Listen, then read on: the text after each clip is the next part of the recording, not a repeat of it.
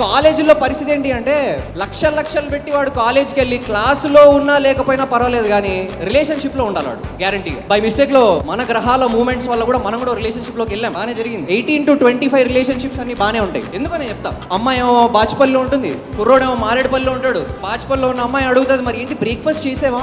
ఇప్పుడు నా బ్రేక్ఫాస్ట్ బాచుపల్లిలో ఉంది కదా, నేను ఎలా చేస్తాను? అలా అది 3 రోజులు అన్నం తిందు.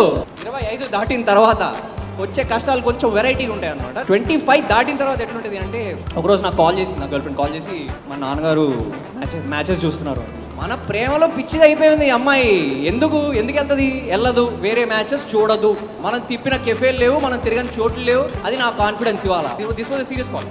She called me and she was like, మా డాడీ ప్రొఫైల్ క్రియేట్ చేశారు మ్యాట్రిమోనీలో, కలిసి మాట్లాడాలి, ఇమ్మీడియట్గా రా నా దగ్గర. ఏమేం మ్యాచెస్ వచ్చాయి అని చెప్పి స్టార్ట్ చేసింది చూపించడం. నాకు ఫస్ట్ మ్యాచ్ ఓపెన్ చేస్తారు, 25 lakhs package business analyst XYZ. Next 35 lakhs package business architect. 3వ ప్రొఫైల్ తీసిన తర్వాత దాంట్లో మనకు కనిపించింది ఏంటంటే, మమ్మీ డాక్టర్, డాడీ డాక్టర్, వీడు డాక్టర్. అంటే నీకు పేషెంట్స్ కావాలి, నీకు కావాల్సింది పిల్ల కాదు. ఇట్లాంటి ప్రొఫైల్ చూసిన తర్వాత నాకే మనసుకు బాధేసింది ఒక దగ్గర.